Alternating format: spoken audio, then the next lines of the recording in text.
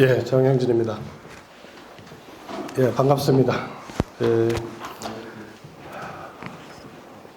오늘 그 역사 강의를 할 텐데, 역사 강의 할 때마다 늘 사실 제가 걱정이 되는 게, 저는 30살부터 제가 올해 63시거든요. 백수를 하면서 역사 공부, 우리 역사, 문화, 종교 이런 부분에 대해서 공부를 했어요. 근데 제가 나름대로 그런 어릴 때부터 이 공부를 출발할 때부터 좀 더 새롭게 한민족의 상고사 부분하고 또 문화사 부분하고 정신사 부분을 해결해 보고자 했기 때문에 제가 정립한 것이 사실 여러분들한테 조금 낯선 부분이 있어요. 낯선 부분은 있지만 저도 제 나름대로 인생을 바쳐서 한민족의 어떤 뿌리, 문화, 역사에 대해서 노력을 했고 그렇게 해서 나온 결과이기 때문에 조금 낯선긴 하지만 차근차근 들어보시면 어떤 새로운 느낌으로 우리 고대사 또 혹은 문화를 이해하실 수 있을 거예요. 오늘 제목은 그 신라 문화유산을 바라보는 두 시선이라고 했는데 왜 제목을 두 시선이라고 했냐 하면 여러분들 그 시험 칠 때, 공무원 시험 칠 때 국사 보던가요? 국사 보셨어요, 혹시? 우리가 흔히, 삼한하고 삼국하고 연결시킬 때, 보통 신라를 진안하고 연결시킨 거로 아마 배웠을 거예요. 그죠? 신라를 진안하고 연결시킨 거로 배웠을 텐데,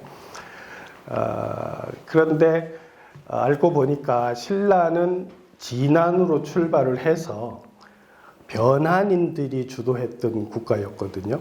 근데 그런 부분도 사실 지금까지는 안 밝혀졌기 때문에 여러분들한테 좀 낯설 텐데 그 부분 때문에 제목을 이렇게 잡은 거예요. 신라 유산을 바라보는 두 시선이라는 건 뭐냐면 하나는 진안인들의 시선으로 바라보면서 문화유산을 해석할 필요가 있고 또 하나는 초원에서 온 그 황금문화하고 관련된 신라 김씨들의 시각에서 문화 시각에서 이제 바라볼 필요가 있어서 그래서 제목을 이렇게 정했거든요.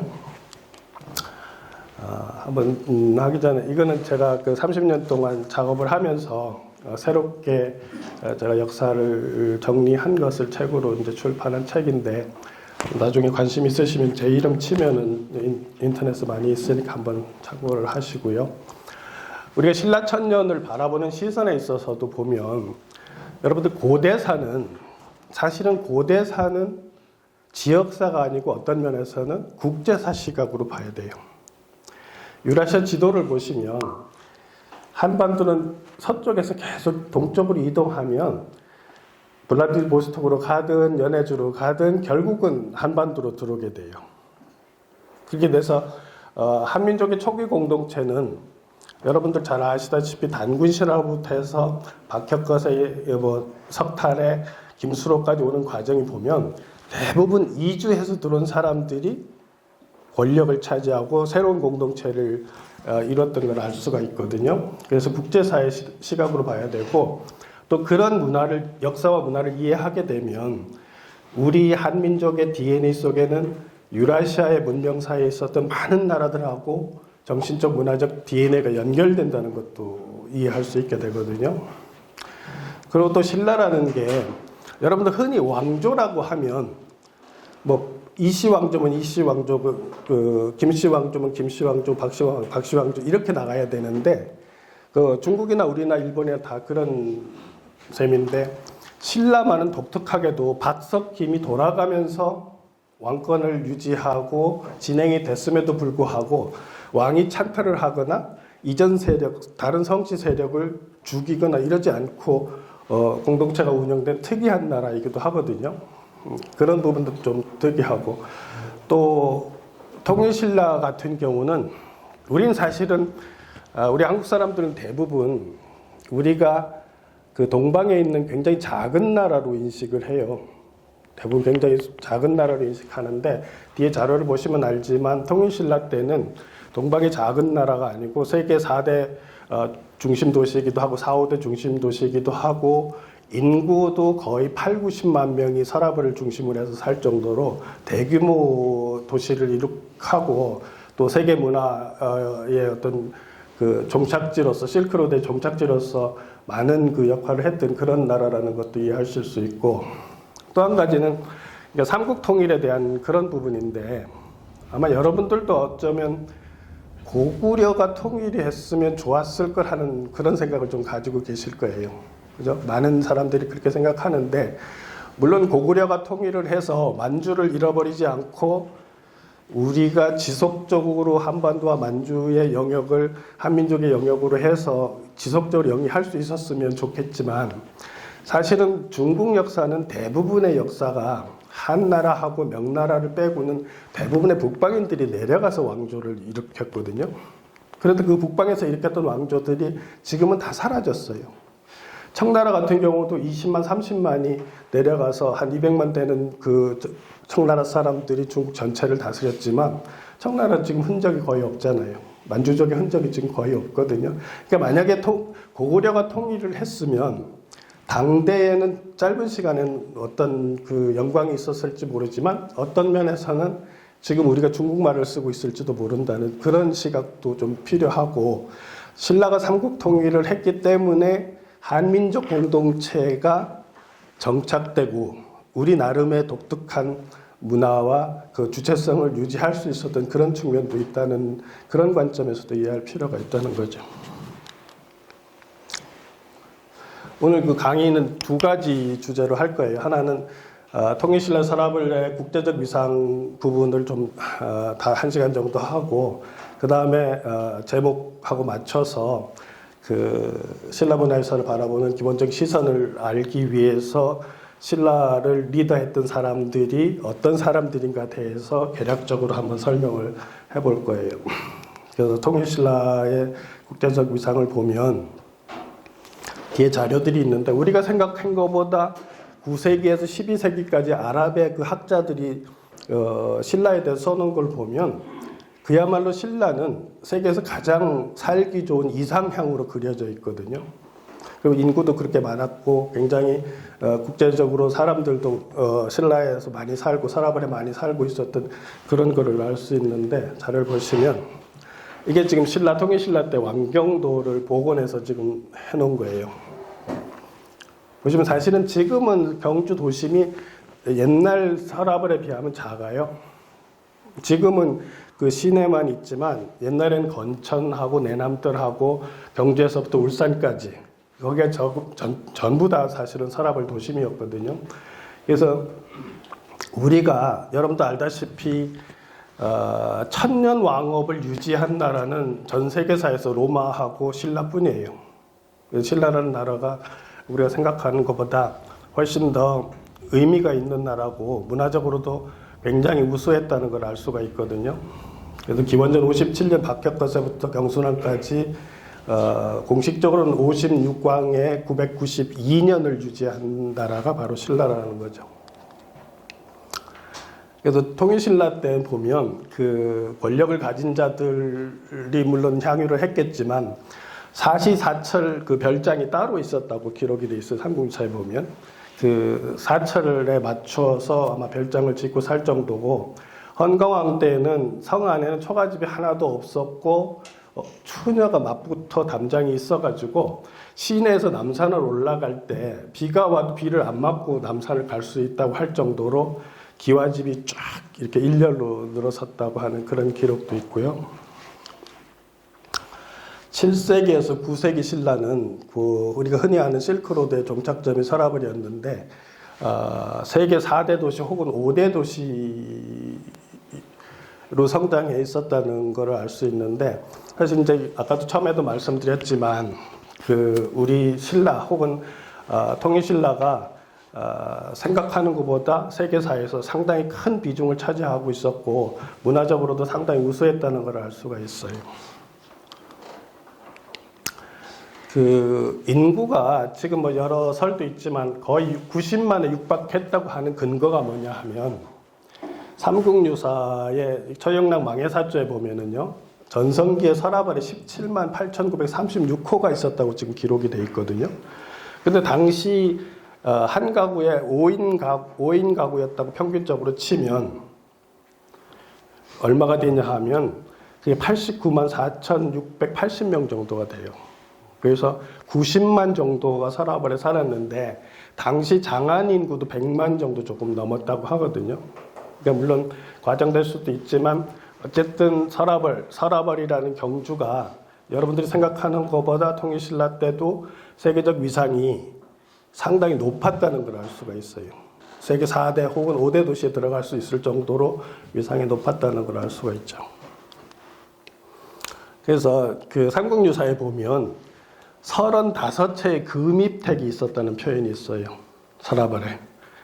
그러니까 그게 아마 지금 자료로 보면 지금 최근에 이제 그 절 법당을 이렇게 금으로 다 씌운 법당이 생겼거든요. 일본엔 교토에 가면 옛날에 만든 이렇게 금으로 치장한 있는데 저런 형태의 집이 서라벌에 35채가 있었다는 거예요. 그만큼 서라벌이 화려한 도시였다는 거죠. 이 내용들이 지금 한 4사람의 자료를 가져왔는데 내용들을 보시면 서라벌이 당대의 세계 속에서 얼마나 그 이상향으로 그려져 있는지를 알 수가 있어요. 지금 9세기경의 그 아랍 지리학자의 얘기에 보면 중국의 맨 끝에 있는 금이 많은 신라라고 하는 나라에 들어간 무슬림은 이 나라의 훌륭함 때문에 정착하였으며 절대로 떠나지 않았다, 이런 표현이 있어요. 그러니까 그만큼 서라벌이 살기가 좋았다는 거예요.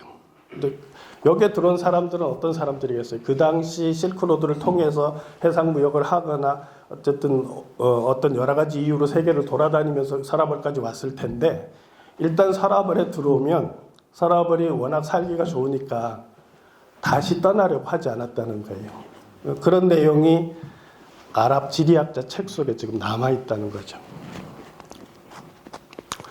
10세기 또 다른 그 아랍 역사 지리학자의 책에 보면 중국의 동쪽에 신라가 있는데 그 나라에 들어간 사람은 그곳이 공기가 맑고 재부가 많으며 땅이 비옥하고 물이 좋을 뿐 아니라 주민의 성격이 또한 양호하기 때문에 그곳을 떠나려고 하지 않는다. 신라인들은 가옥을 비단과 금실로, 아까 금입택이 있었다 했잖아요. 기록에 가옥을 비단과 금실로 수놓은 천으로 단장하며 식사 때는 금으로 만든 그릇을 사용한다 하고 굉장히 그 대단한 그 이상적인 공간으로 인식하고 있었다는 거죠. 보세요. 여기도 또 보시면 이건 이제 12세기 책인데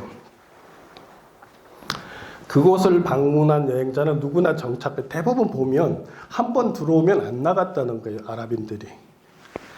정착해서 다시 나오고 싶지 않았고 매우 풍족하고 이로운 것이 많았고 그 가운데서 금은 너무나 흔해서 심지어는 개나 원숭이의 목을 묶는 줄까지도 금으로 만들었다 할 정도로 신라가 황금의 나라라고 인식하고 있었다는 거죠.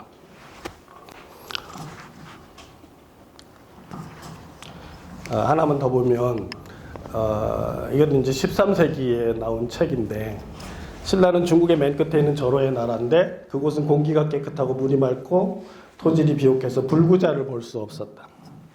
만약 그들이 집에 물을 뿌리면 용연향이 풍기고 전염병이나 질병은 드물고 파리나 갈종도 적고 다른 곳에서 질병이 걸린 사람이 이곳에 오면 완치된다 했어요. 그야말로 이상적인 공간으로 인식하고 있잖아요. 이 부분 보면 아마 더 재미있을 거예요. 신라인들이 세상에서 가장 아름다운 외모를 가지고 있다고 칭송하고 있거든요.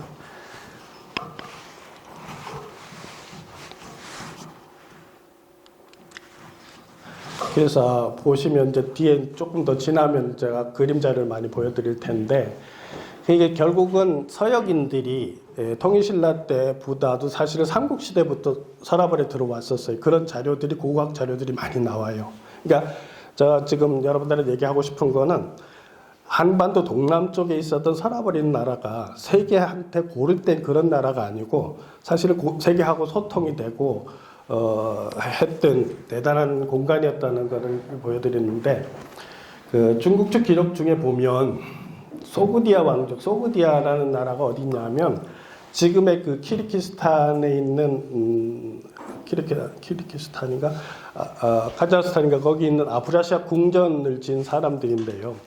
소그디아 왕족의 성씨가 온씨로 되어 있다는 거예요.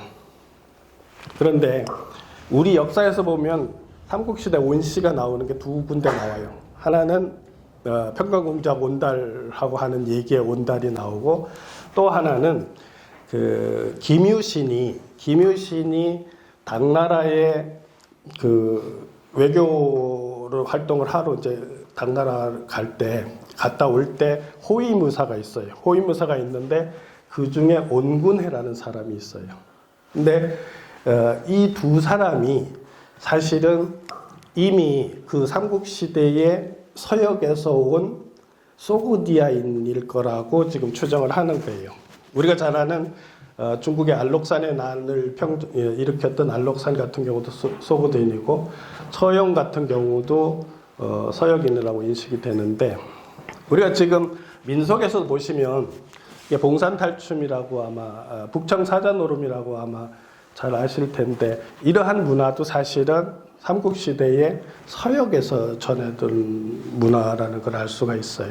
최치원이 본 향약자병 오수라는 시가 있는데 그 중에서 수만 리를 걸어오느라고 먼지를 잔뜩 뒤집어 썼겠구나, 이런 표현이 뭐냐 하면 통일신라에 와서 이런 연희를 하던 사람이 당시에서 서역에서 서라벌까지 와서 연희를 하고 있었다는 거예요.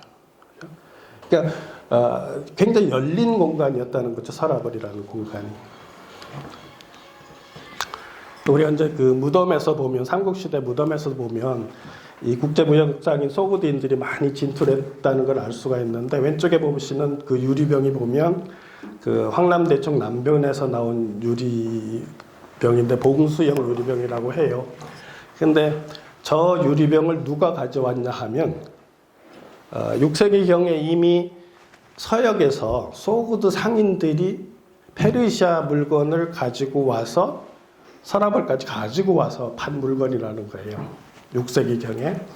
근데 이 사람들이 보면 이 소그드인들도 결국은 페르시아 이란 계통의 사람들인데, 그 소아시아에서 사는 게 아니고 지금 중앙아시아 쪽에 살던 사람들인데, 그 페르시아 사람들도 중국에 많이 넘어왔어요. 그래서 사산조 페르시아가 651년인가 망하는데, 그때 망하고 나서 그 유민들이 중국에 많이 들어왔고, 중국에 왔던 사람들이 서라벌까지도 많이 들어왔던 자료도 지금 남아 있어요. 그래서 이 유리병 같은 경우도 지금 한쪽은 카자흐스탄에서 나온 거고 한쪽은 지금 서라벌에서 나온 건데, 보면 디자인이 다 이렇게 상당히 유사하잖아요. 그래서 같은 공방에서 생산된 거로 이해를 하는 거죠. 그러니까 보충고분이 생길 때가 350년에부터 530년 정도까지 200년 동안 서라벌에 있는 큰 무덤이 만들어졌는데, 그 당시에 벌써 페르시아산 이런 유리 제품 같은 그런 제품들이 서라벌까지 들어왔다는 거죠. 이런 걸 가져온 사람들이 지금 추정으로는 대부분 소그드인이라고 추정되는 사람들이 무역상들이 가져왔을 거라는 거예요. 이거는 최근에 나온 정보인데요. 경주 반월성 해자에서 이제 발굴을 하다 나왔어요. 발굴하다 나왔는데 6세기경에 벌써 서라벌에 터번을 쓴 사람들이 돌아다녔다는 거예요. 6세기 삼국시대에. 이게 이제 터번을 쓴 아랍인인데, 이게 지금 그 토우라고 하는 건데 반월성 해자에서 나온 거고요. 지금 이쪽 보시면 황성동 고분에서 이런 모양의 그 토우가 나왔는데, 이러한 형태 모자를 쓴 사람들이 누구냐 하면 바로 소그드인들이 쓰는 복식인데, 이 사람들은 서역에서 왔고, 지금 황금복음이라고 하는 것도 지금 적어도 저것이 그리스 계통의 어떤 사람들이나 로마 계통의 어떤 사람들이 만들었을 텐데, 그것이 서라벌에 왔다는 걸 알 수가 있고, 이게 지금 서역에 있는 아프라시아 궁전이에요. 이 궁전에 보시면 신라 혹은 고구려 복식을 한 사람들이 그 궁전에 지금 그려져 있는데 외교사절로 갔다는 걸 알 수가 있거든요. 이런 것들도 지금 한반도하고 중앙아시아 쪽하고 상당한 교류가 있었다는 걸 증명해 주는 거죠. 그래서 지금 가운데 있는 그림에 있는 저런 분들도 전문가들도 뭐라고 하냐면 실크로드로 상권을 주름 잡던 소구드인들이라고 이렇게 추정을 하는데, 소구드인들이 어떤 사람들이냐 하면은요, 중앙아시아 지금 카자흐스탄 쪽에 그 살던 사람들인데 일종의 유대인하고 비슷한 성격을 가진 사람들이에요. 공동체 자체는 크진 않지만 상권으로 권력을 유지하는 사람들이에요. 그러니까 무력으로 권력을 유지하는 게 아니라 상권을 통해서 주변의 큰 세력들하고 관계를 잘 유지하면서 상권을 가지고 전 세계에 무역을 하던 사람들인데, 거점 도시마다 자기네들의 그런 상인 집단을 두고 이동하면서 상품을 팔았는데 이 사람들이 서라벌까지 돌았다는 거죠.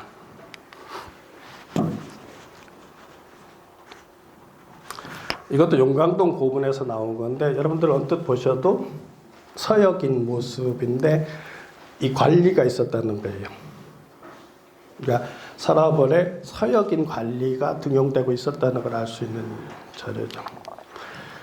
이건 아마 경주에 가보신 분들을 자주 보실 거예요. 원성왕릉이라고 그 괴릉이라고 하는데 가시면 그 서역인상을 하고 있는 그 무장들이 이렇게 표현되어 있는데, 무인상이 표현되어 있는데, 이것도 이제 큰 범위 내에서는 서역인이라고 하지만 지금 최근에는 보면 뒤에서 이렇게 보시면 이분들 뒤에 있는 이렇게 동그랗게 차고 있는 게 있는데 이거를 반낭이라고 하거든요. 반낭이라고 하는데 이러한 머리띠를 하고 반낭을 차고 다니는 사람들은 대부분 당시에 페르시아 계통 사람들이라는 게 지금 공학적으로 밝혀졌고, 그래서 페르시아 상인들이 무인들이 상인들을 이제 이 사람들은 어떤 사람들이냐면 그 국제 무역을 하려면 그 무역 상인 집단을 보호하는 무사들이 또 필요하잖아요. 호위 무사들이 필요하잖아요. 그런 사람들이 서라벌에 많이 활보를 했고, 그러한 그 문화가 반영돼서 원성왕릉에 저런 무인들이 이제 표현이 됐을 수가 있다는 거죠. 지금 보시면 요번에 이제 원성왕릉에 있는데 원성왕릉의 손자인 흥덕왕릉에도 가도 무인상이 이렇게 있는데 이분들은 다 보면 서역 사람들 얼굴을 하고 있어요. 그러니까 아까 서역인들의 아랍 사람들 학자들이 얘기했듯이 실제로 서라벌에 서역인을 포함한 외국인들이 굉장히 많이 활보하고 있었다는 거예요. 그런 것들이 지금 책에도 나오지만 이런 문화 흔적으로도 지금 남아 있다는 거죠. 그래서 흥덕왕 때는요, 서라벌에 사치품이 하도 넘쳐나서 왕명으로 그 수입품 금지령을 내릴 정도로 사치품이 굉장히 많았다는 거죠.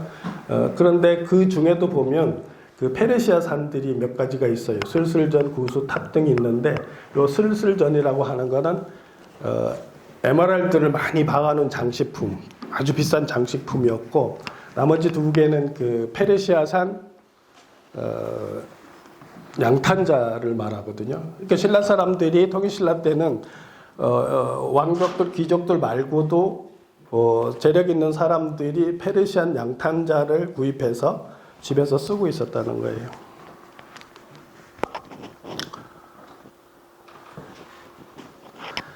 지금 그 경주에 가시면 불국사 역 있는 데 가면 경주에는 무덤이 다 원형 무덤이에요.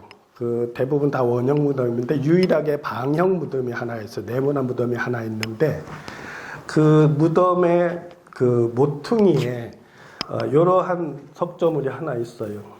이분 같은 경우에도 보시면 지금 이분이 들고 있는 게 뭐 같아요? 뭘 들고 있는 칼은 아니잖아요, 그죠?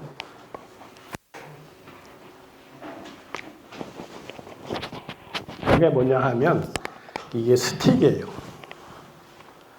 격구를 하는 스틱이거든요. 스틱을 들고 있어요. 그러니까 보시면 이게 스틱인데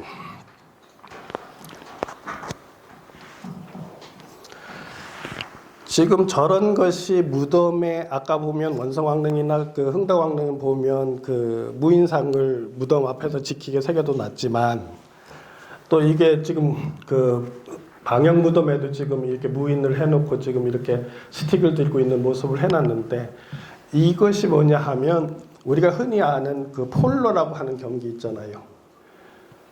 그게 그냥 일시적인 게 아니고 통일신라 때 폴로 경기가 통일신라에서 상당히 유행을 했었다는 거예요. 근데 그 폴로 자체가 페르시아에서 제일 먼저 시작된 운동 경기예요. 그것이 중앙아시아를 통해서 당나라를 통해서 한반도까지 들어왔는데 지금 뒤에 자료를 보시면 이해할 수 있는데 이 폴로 경기 격구 같은 경우는 문화 전파가 아니라 페르시아 사람들이 직접 사라벌에 전파했을 가능성이 있어요. 지금 나온 자료를 보면 당시 신라가 좋아서 정착하는 페르시안들이 상당히 많았고 왕실과 귀족의 등치 크고 용맹하던 충직한 서역인들을 참모로 두는 게 유행이었다는 그런 기록이 있어요. 이게 저런 사람들이 사라벌이 굉장히 많이 들어왔는데 이거를 들어보시면 쿠시나메라는 책이 몇 년 전에 발표된 게 있어요. 쿠시나메라고 하는 책이 있는데 그 페르시아의 그 3대 서사지 중에 하나거든요. 근데 그 내용이 발견이 돼서 한국어로 지금 번역이 됐는데 그 내용에 보면 어떤 내용이 있냐 하면 페르시아 왕족이었던 아비틴이라는 분이 중국을 거쳐서 바실라에 도착했다고 돼 있어요. 근데 지금 바실라인데 여기 보면 신라잖아요. 그죠? 페르시아 왕족이 바실라에 살기 좋은 바실라에 도착했는데 왕의 환대를 받고 공주하고 결혼을 해가지고 그죠? 그 공주가 나중에 돌아가서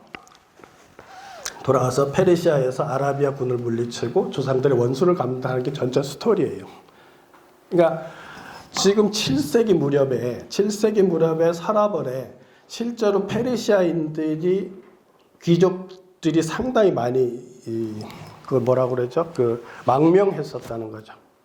그게 지금 이런 책 자료도 나오는데 앞에서 보신 문화적인 흔적을 봐도 여러 가지 이야기들하고 생각하면 그러니까 삼국시대부터 벌써 사라벌은 서역에 알려졌고 서역 상인들이 들락날락했고 7세기경에는 페르시아 사람들이 집단적으로 들어왔었고 또 통일신라가 되면 많은 상인들이 들어와서 사라벌에는 외국인들이 굉장히 많이 넘쳐 흘렀다는 거죠.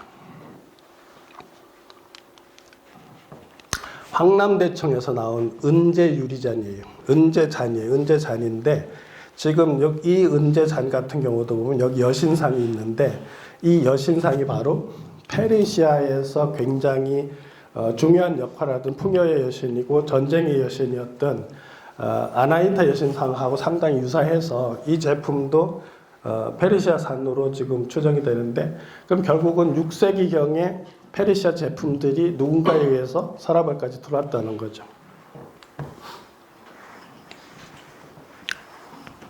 그래서 좀 전에 말했던 그 방역 무덤에 나온 그 조각상에서 그 격구채를 들고 있는 그게 왜 들어왔냐 하면 이 격구라고 하는 게 사실은 페르시아에서 이제 시작이 된 거예요. 이렇게 해서 실크로드를 통해서 이제 한반도까지 들어왔는데 보면 중간 기착지에도 이게 문화가 다 남아 있어요. 근데 실제로 당나라 같은 경우도 굉장히 격구를 좋아해서 당나라에서는 여성들도 격구를 했다고 하고 국제 경기도 했다는 자료가 남아 있거든요. 그러니까 지금 우리가 일제 강점기가 지나서부터 아마 격구가 없어진 것 같은데 실제로 조선 후기까지도 굉장히 많은 격구가 있었고 고려 때는 왕들도 그 격구를 했어요. 귀족들이 다 격구를 했고 조선시대도 태조 이성계도 격구를 직접 했어요. 왕들이 직접 격구를 할 정도로 격구 굉장히 유행을 했는데 그러한 폴로 경기 자체를 가져온 사람들이 페르시아의 그 왕족들이 직접 가지고 왔다는 거를 지금 추정할 수 있다는 거죠. 그래서 지금 왼쪽 거는 페르시아인들이 격구를 하는 모습인데 이게 중간에 중앙아시아 쪽에서 귀족이 그 격구를 하는 모습을 그려놓은 거고요. 저쪽에는 당나라 장외태자가 격구를 하는 모습이고 요건 당현종이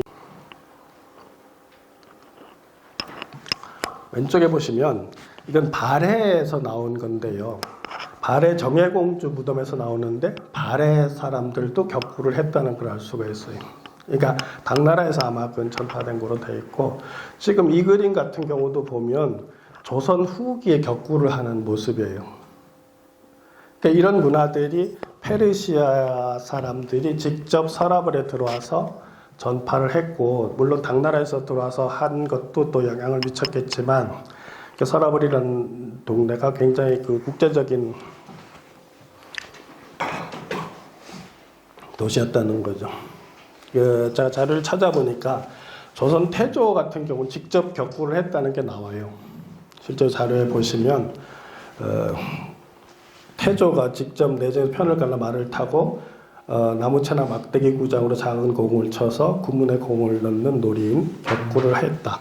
이렇게 태조까지도 직접 격구를 한 게 지금 나타나는데, 그러한 문화들이 다 페르시아에서 이제 들어왔다는 거죠. 그리고 또 우리가 신라에서 이제 서역인들하고 연결해서 우리가 생각할 수 있는 게, 여기 지금 울산하고 관련돼서 일을 하시지만 개운포에 처용암 가보신 분도 계실 거예요. 이게 개운포에 있는 처용암이거든요. 처용가는 우리가 고등학교 때 국어 시간에 아마 많이 들어보셨을 거예요, 그죠? 그런데 보시면 서라벌 밝은 달밥 밤늦도록 논이다가 들어와 잠자리를 보니 다리가 넷이구나. 둘은 내 것인데 둘은 네 것인가. 본디 내 것이지만 빼앗은 것을 어찌하리오 하는 글을 아마 많이 보셨을 텐데, 지금 이 내용도 보면 우리가 서라벌이나 통일신라 때 서라벌이라는 거리가 상당히 국제화가 돼 있었기 때문에 의외로 저게 이제 여러 가지 의미가 함의하고 있지만 성도 개방됐었다는 걸 알 수가 있어요. 왜냐하면 성이 상당히 보수적이지 않고 개방됐기 때문에 자기 부인이 지금 다른 외간 남자하고 잠자리를 하는데도 들어가서 화가 나서 뭐 어떻게 폭행을 하거나 하지 않고, 본디 내 건데 다른 사람한테 빼앗긴 걸 어찌하리 하고 물러나오면서 춤을 췄다는 거거든, 처용이. 그런 거 보면 문화적으로 저런 표현을 할 수 있었다는 거는 성이 상당히 개방적이어서 상대방의 마음이 움직이는 것을 어떤 면에서는 존중했다고도 볼 수 있거든요. 근데 그런 것은 결국은 서라벌이라는 게 많은 외부 사람들이 교류를 하면서 그 문화가 보수적이지 않고 개방적이었다는 걸 알 수 있죠. 그래서 처용가에 지금 가면을 쓴 처용물을 보면 지금도 서역인상을 하고 있어요. 그래서 처용이 아랍 사람으로 지금 추정을 하는데, 실제 삼국사기에 보면, 삼국유사에는 신화적으로 표현되어 있지만 삼국사기에 보면 실제로 같은 헌거왕조에 보면 내용이 나와요. 이 헌거왕이 주군의 이제 그 순행을 하는데, 네 사람이 어전에 나타났는데 노래하고 춤을 추는데 그 모습이 형용이 가해하고 의건이 괴이하다, 이렇게 돼 있어요. 모양이 괴이한 의건을 쓰고 이상야릇함으로 당시 사람들은 그들을 가리켜 산이나 바다에 사는 정령이라고 했다. 그러니까 이런 표현이 뭐냐 하면 그렇게 생각하시면 될 거예요. 아랍 상인들이 그 당시는 해상 실크로드로 많이 움직였기 때문에 광동성에서 이렇게 남쪽 바다를 통해서 들어오거든요. 근데 그 아랍 상인들이 들어오면 굉장히 사치품들이나 이런 것들 많이 가지고 들어오잖아요. 그죠? 그러니까 그 신라 사람들은 마치 그 저쪽 남쪽 먼 바다 용궁에서 온 것처럼 생각하기도 했다는 거죠. 근데 지금 요 기록으로 봤을 때 처용은 실제로 외국에서 들어온 이방이었다는 걸 알 수가 있거든요. 최치원이 쓴 그 향약 자병 우수 중에 보면 속독이라고 있어요. 그 5시 중에 속독이라고 있는데, 이게 이제 이 내용을 보면 그 처용이 탈이 남빛 얼굴을 지금 하고 있다는 걸 알 수 있는데, 그의 근거가 될 수 있는 시인데, 쑥대강이 남빛 얼굴 이상한 인간들이 때를 지어 뜰에 와서 난새같이 춤을 추네. 북소리 둥당둥당 바람은 살랑살랑 남북으로 뛰놀면서 끊임없이 춤추네 하는 구절이 있거든요. 그러니까 남빛 얼굴을 하고, 그러니까 우리하고 다른 그 남빛 얼굴을 하고 있었다고 했는데, 사실 처형의 모습을 보면 저런 남색 얼굴을 하고 있어요. 뒤에도 아마 자료가 있을 텐데 지금도 달에 이런 식으로 쓰거든요. 그래서 처형문은 아랍인 처형이 가면을 쓰고 역신을 물리치는 춤이다, 이렇게 이제 이해하시면 되는 거죠. 그래서 처형 같은 경우는 이렇게도 볼 수가 있어요. 당시 개운포라고 하는 데는 국제 그 무역을 할 수 있는 국제 항구로서 역할을 했는데 실제로 우리가 알다시피 상식적으로 알다시피 당시 아랍의 그 과학이나 의료 수준은 상당히 높았거든요. 그렇죠? 근데 이 사람들 중에 중국 광동성을 중심으로 해서 실크로드를 통해서 들어와서 사는 사람들이 자그마치 얼마였냐 하면 20만 정도 살고 있었대요. 20만 정도 살고 있었는데 여러분들 알다시피 최치원 선생이 당나라에서 귀국할 때쯤 그 당나라에서 일어나는 일 중에 가장 큰 일이 뭐냐 하면 황소의 난이라고 하는 난이 있거든요. 그래서 최치원 선생이 토황수 경문이라는 걸 써서 유명해지셨는데 그 황소의 난이 날 때 20만 중에서 아랍인들이 12만 명이 죽었대요.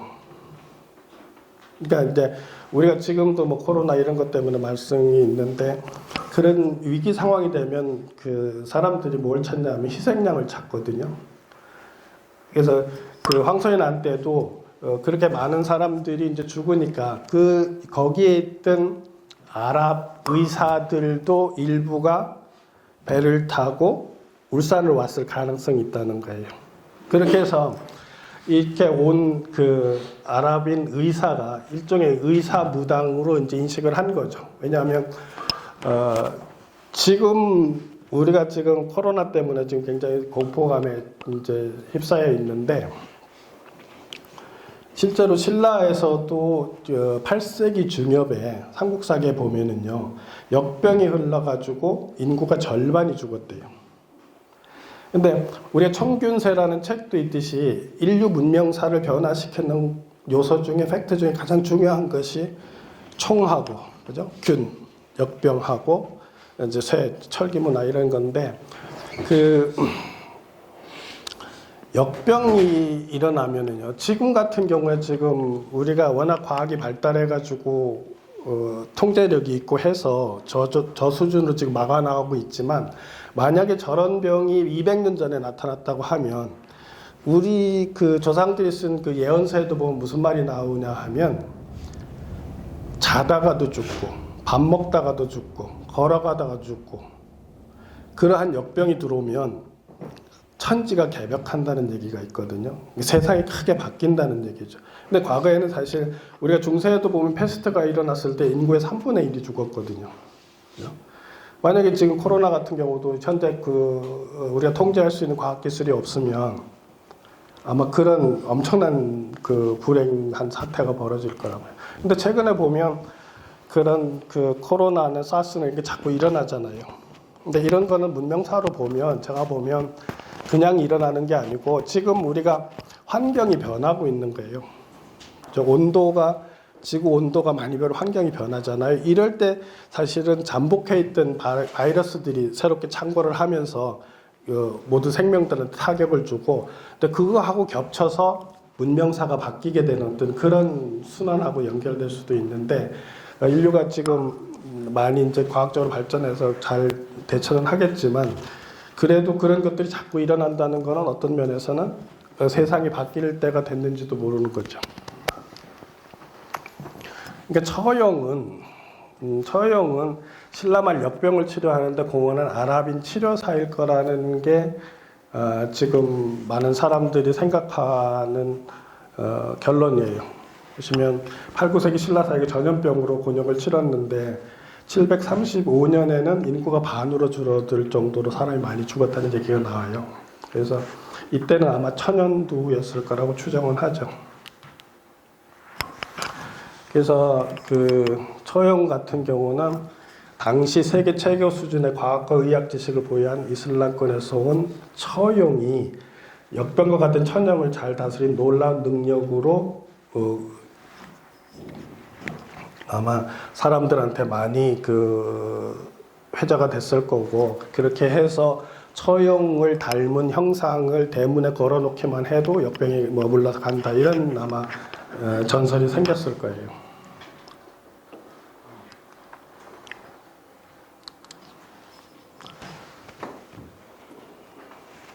그 계속 하는 거로 할까요? 아니 지금 여기서부터 따로 또 시작을 해서 주제가 지금까지는 지금까지 제가 그러니까 여러분들한테 간단하게 정보를 드리려고 한 건 그런 거예요. 우리가 생각하는 것보다 사실은 통일신라 혹은 서라벌이라는 것이 그렇게 왜소하고 작은 동네가 아니고 이런 자료들을 보면 그 당시에도 국제적인 아주 대단한 그 도시로서 명성이 있었고 그것이 전 세계, 저 아랍 세계나 이런 이슬람 세계에 많이 이미 그런 인식이 전파될 수 있는 그런 상황이었다는 걸 좀 이해하시라는 거고 지금도 우리가 왜 희망이 있잖아요. 우리가 사실 제가 가끔 얘기하는데 이제 전쟁 없는 통일만 하면은요. 만약 그런 기회만 온다면 대한민국 통일된 대한민국은 진짜 세계 아마 5위권, 6위권까지 아마 부상할 수 있는 충분한 여력이 있을 거예요. 그러니까 그런 것이 지금만 기회가 오는 것이 아니고 사실 통일신라 그런데도 우리가 지금 북쪽에 많은 땅을 잃고 있지만 그 당시도 사실 세계 그 몇 위 갈 수 있는 그런 국가고 그런 경제력이 있었고 문화가 있었다는 거죠. 그런 부분을 좀 이해하시라는 거고 잠깐 쉬었다가 할게요.